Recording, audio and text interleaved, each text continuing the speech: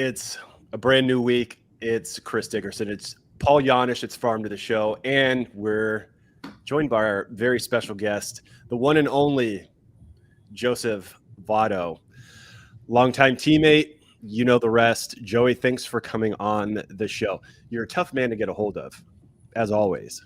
Are we live right now? It says Oh, live. Yeah. We've been live for 1 minute 15 seconds. Yeah, we're live. It's trying to turn it on. Turn on that charm, Joe. We're live. In the flesh. We want to be respectful of your time. We got to get going. It says live. Oh, that's crazy. All right. I'm good. Okay. Joey's on. Farm to the Show. Here we go. All right. So Joe, Paul was supposed to come with that intro. So now that we've laid out the ground rules, we can move forward. Welcome to the show. And first things first, like, what do you mean? I mean, being injured. I think this is last year was probably let's be honest, probably your first significant injury that you've had with a lengthy recovery process. I know you had the knee back in the day, but nothing like this. No, I've never had an injury so persistent and one that just can take so long to recover from. You know, I tore my rotator cuff back in 2015. And in last year, 2022, I think my bicep gave out, and I kept playing with it. Your left arm is only, as a hitter, your left arm's important, but you take for granted that you'll just get your swing through, you'll make the catches, you'll be able to play as long as your throwing arm is good. You know, I think all three of us can, unless neither of you have DH, but if you can't throw, you can't play. But if your off arm is jacked up or if something in your legs is jacked up, you can kind of grind through it. But so my throwing arm was fine, and my left arm was not in a good way. And I just didn't understand what was going on until, I just faded performance-wise. And I was dealing with pain constantly. But again, you guys both played. A lot of players out there can attest that you play through pain at times, and you just keep moving forward as long as you're playing well. I think the signal to me to stop and get MRIs and have it checked was just how poorly I was playing because when it affects the team.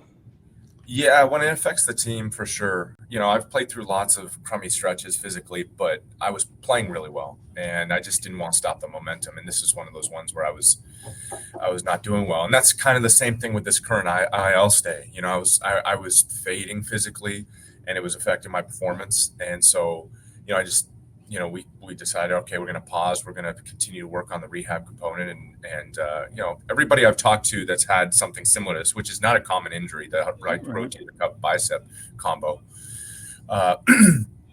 they often say it can take a really, really long time to feel good again. So, this is my first major surgery. And, I wouldn't want to do it again for sure. Yeah, I think I hear you. Dickie and I can both attest to how much pride you take in taking care of your body, right? And so it says a lot for you to have to kind of take the measures you have going the aisle, especially in the stretch that you're going on. And I got my oldest son, Joe, loves baseball. He's paying attention pretty close. And one of the things that came out of his mouth the other day is he says, I bet Joey's having a lot of fun playing on such a young team. And I'm like, I don't know. Let's see what we got. But being on that team in that clubhouse at this stage of your career, it does. I'm going to go as far as to say it looks like it's everybody in that locker room is having a good time. Can you help me out with kind of that dynamic from your perspective, which is so unique, seeing as many things as you've seen over the course of time? Right. So every year is new to me, and I try to take the approach that I'm going to engage my teammates. I'm going to build relationships. We're going to have hopes to move this organization forward together. And, this past decade plus has been really feels like false start after false start, and not very good. And it's tough when you finish off at the end of the year and it's 95 losses and you did the very best you could and you build relationships. Whereas this year, we went into the season we were expected to lose at least 90 games, and at about the third mark, I think collectively, again, I wasn't playing, but I was making sure to show up here and interact with the guys collectively. We sensed that wow, this is something. And with each new call up, the energy was boosted. And so I'm having a good time because, I know what it feels like to, charge through the minor leagues and to arrive, and that uncertainty, that little uncertainty window that all players go through, or at least I think a Sure. significant percentage of the players Yeah. go through, where you really don't know who you are. And you're trying to stay and you're trying to perform well and you're trying to achieve all your goals. And I'm watching these guys kind of experience that window, the failures, the success, the successful moments, the successful stretches. And it's exciting. It's really exciting to step back and let them do the thing, but then kind of at times kind of lightly nudge them in certain directions. I mean, it's a bit presumptuous to assume that I'm like a mentor or some sort of guide. I've never thought that way. I think that, again, that's presumptuous. But if I see something that stands out that I think is like fundamental major league player, fundamental staying in the league, then I'll help where I can. And so that's been helpful. That's been fun also. Yeah, and while it's not necessary you have to be like a mentor or guide, but that you've, being your tenure and your status within the organization was going to put you at a certain level to where you were, basically like the unnamed kind of the captaincy role, the leader of that clubhouse. And you adopted that years ago, when you're down here for the off season, when you kind of got to that point, you're like, you wanted to find a way to engage with those teammates a little bit more to fill that role. Tell us where you kind of made that decision along the way and what you did. Because I remember you talked about the improv classes like 5 years ago. Yeah. And that was a part of that reason. Yeah, no. So I had a couple teammates tell me I was like aloof, or we thought you were arrogant, or we thought you were a jerk, or we thought, you're weird. I got that. Oh, that's early. That's early Joey Votto. That's like circa 2013 to 2016 Joey. This guys obviously didn't know you well. No. It was more just like it was kind of in that the first 3-4 years of my career where I got the feedback from guys that I was kind of standoffish, and that I'm not particularly social before and after games with guys. And I'm not breakfast guy, I'm not, go out to dinner on the road guy. I usually just go back because I'm fatigued. I have to play every single day. And I think I lean slightly introverted by nature. So I need some time to recharge at the end of the day. And I want to give my all every time, every time I play. And so I was kind of getting tired of being like told that I'm not friendly or that I think I'm better than people, which couldn't be further from the truth. And so I read Dale Carnegie's book, How to Make Friends and Influence People. Yes. And I found that book, which I guess the premise of the book is be sincere about wanting to care or about wanting to get to know, about caring, about listening, about wanting the best for other people. And it kind of like flipped my perspective on how I want to interact with my teammates, how I want to treat everybody inside of the clubhouse. And so it begat hellos and asking how people are doing and listening and just little pauses in my day, which I hated before because I thought that it threw off my rhythm. But little pauses where I like let people know, hey, I'm here for you. I care about you. How are you doing?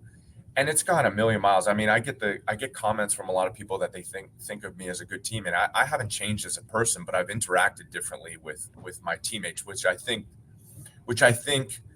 is not necessarily. I think that good teammates do that, and so some of the habits that teammates, Paul's an excellent teammate. Chris, I really liked playing with you, but to Paul specifically, Paul was intentional about saying hello, chatting.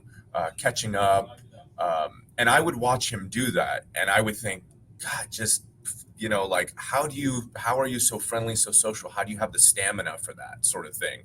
And I realized maybe he was raised with it, maybe it's just his habits, but I admired that there's been quite a few teammates along the way that are really strong at that. Paul was really great at that, and it turns out it was just, I'm here for you. I'm going to listen. I'm going to say hello. We're going to be, we're going to get along well. And, I imagine you've probably been invited to a ton of weddings, Paul. Yeah, as a matter of fact, I'm on a lot of wedding lists, but I believe you also have to take into consideration for me personally, Joe. I was trying to figure out a way to stay on the team. That's part of my No, role. I knew that. I was like the I would glue, and I never- was like, I actually remember talking to Walt Jocketty, and I was like, hey man, as long as Joey has you in good graces, you're in good shape. Don't worry about it. I was like, dude, I'm gonna make sure that Joey likes me. Yeah, no, there were plenty of wink moments between the two of us on the bench. Like, there are plenty of moments where I'm like, "You're just trying to stick around, aren't you?" And you're like, Yeah. "I'm doing." Well, I'll tell you this. I appreciated the way you went about your business, and it makes sense the way you're kind of describing the evolution of yourself as a teammate slash player, because those two things kind of overlap. And I just remember how intentional you were with your preparation. And I'm going to cite a story that I still use because I'm coaching college baseball. Obviously, you and I communicate a little bit about that. We have a couple of kids from Cincinnati on the team who are obviously big fans of yours. But you said something to me one time after you hit like a scud missile right at a center fielder, and it was a line drive out, and you come back to the dugout, and I said something to the effect of, man, it's tough, whatever. And you looked at me, and there's some profoundness in the statement, but you looked and said, look, man, when you hit as many balls hard as I do, like some of them are going to be right at people. And to your point, that could be perceived maybe in a couple of different ways, but for me, and I still use this, like I tell our players this to say, like, look, man, don't be so results oriented. The process unfolded and everything happened the way it was supposed to. I'm satisfied with that at bat. The fact that the center fielder was standing there, that's just unfortunate. But so hopefully that makes sense, because I still use that as a teaching tool. And obviously saying it about somebody like yourself carries a lot of weight. So I just appreciated the way that, and from that standpoint, you went about your business in a lot of ways. Yeah, so a couple things I learned that there was a quote, I think, from Frank Robinson, and I think it was along the lines of like, good hitters make the most hard outs, something along those lines. Sure. And nowadays you get propped up, or you get supported because of a lot of the metrics.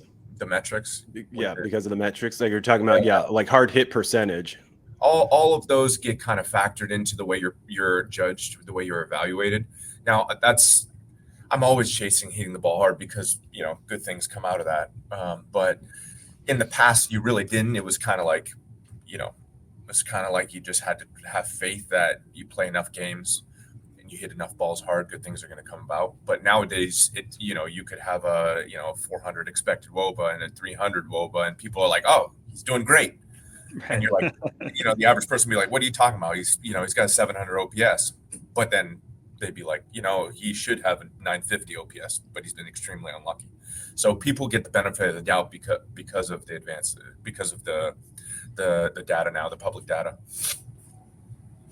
So Paul brought up just your preparation. And it's one thing that you go into every season, both with a kind of a physical demand, a physical goal, and just how you do your off-season training. Like I've seen you over the years, with the Brazilian jiu-jitsu to kind of doing like martial arts to getting more movement oriented.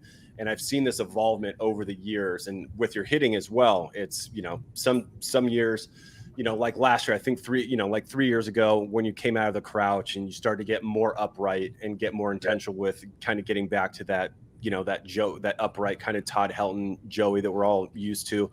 But I was at the game a couple years ago when you fouled off. You fouled to I think three back-to-back changeups. You fouled off to the first baseman, which ended the streak of not fouling most consecutive at bats, not popping up to the infield. And that's been a goal of yours since we were playing together.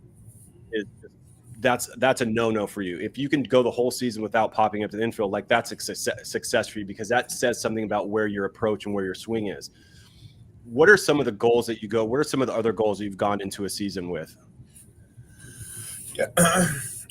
Goals going into seasons. Almost every year, I want to see if I can play 162 games. And, now at this stage, I don't want to say stage, but,